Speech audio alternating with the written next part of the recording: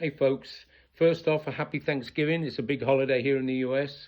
Secondly, I just an usual plug for my blog, Facts for Working People, URL weknowwhatsup.blogspot.com.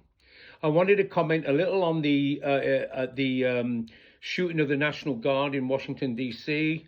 I mean, this is a horrible thing. I hear the female, there was a man and a woman. I hear the female will not recover. The shooter was an Afghan man, and from what I understand, he worked for the CIA. From what I've read, he worked for the CIA in Afghanistan, and it made me think about the situation. It's a terrible thing, but it made me think about what the US, after the US capitalism destroyed the nation of Iraq, which I'd been to all through many years ago. It had this, they say, about 20 years in Afghanistan, spending $3 trillion or whatever to remove the Taliban and replace them with the Taliban. But anyway, I don't know if folks remember, we'd see it on the news, a wedding bombed. There were weddings bombed and a whole people just, I don't know how many civilians the US killed in Afghanistan. And then there's a situation with Guantanamo. Who the hell was in Guantanamo? I have no idea. None of us really know much about anything when it comes to U.S. foreign policy. And it reminded me, people will find ways of retaliation and revenge for ills and violence committed against them. And I mean, look at the situation in the Caribbean. We're not exactly making friends there. I don't know who the hell they're blowing up. We don't get to vote on it. There's no say on it. It's what they're building up down there with the weaponry they're sending to remove Maduro. What's Venezuela ever done to us? Colombia have done to us. And it's costing us taxpayers millions and millions of dollars. Apart from that, it's just giving the US another reputation. We won't be able to travel anywhere. Everybody will hate us and so forth. But it reminded me of when Obama, remember when we used to see Obama sitting in the office there in the drone program, and they'd be taking out this camel train or this train of people, who knows who they were, and Obama would sit back, and we used to see it on TV. And what happened back then was that a bunch of the drone operators wrote to the president. I want to read. I was going to just quote it, but I want to read the letter.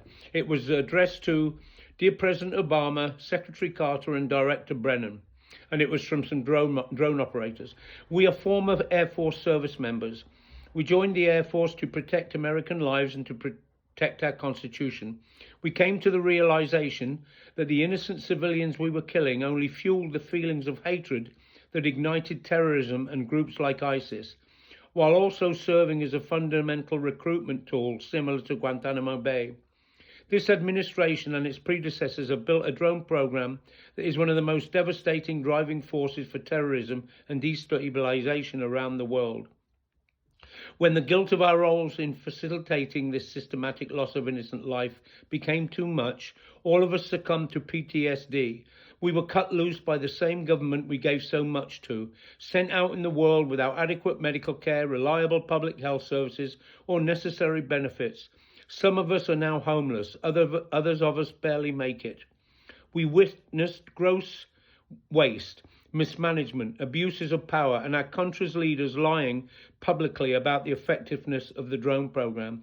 We cannot sit idly by and witness tragedies like the attacks in Paris, knowing the devastating effects the drone program has had overseas and at home. Such silence would violate the very oaths we took to support and defend the Constitution. We request that you consider our perspective, though perhaps that request is in vain, given the unprecedented prosecution of truth-tellers who came before us, like Chelsea Manning, Julian Assange, and Edward Snowden. For the sake of this country, we hope it is otherwise. Sincerely, Brandon Bryant, Staff Sergeant, Cian Westmoreland, Senior Airman, Stephen Lewis, Senior Airman, Michael Haas, Senior Airman. And I always used to, that's the end of the letter, and I always used to think about what's it like. They're killing people, they don't know who they are, and it's got to make people sick. And that was evidence of it. I don't know what happened to this letter. I'm sure nothing was done. And still, the US policy. I said after 9/11 that 9/11 has its roots in Islamic terrorism, and hatred of the United States has roots in American foreign policy. And they say it here, and it's absolutely the case, and it's continuing. With the support of the genocide and arming of the genocide in Gaza, has done us the American working class American people no favors whatsoever. The same in the Caribbean, this rogue state that we're dealing with here. Anyway, that's my message today. I was just thinking about that, because the children in Gaza that have no family left will be the future fighters for Palestinian cause, for the Palestinian cause. All right, talk to you later, and have a nice Thanksgiving.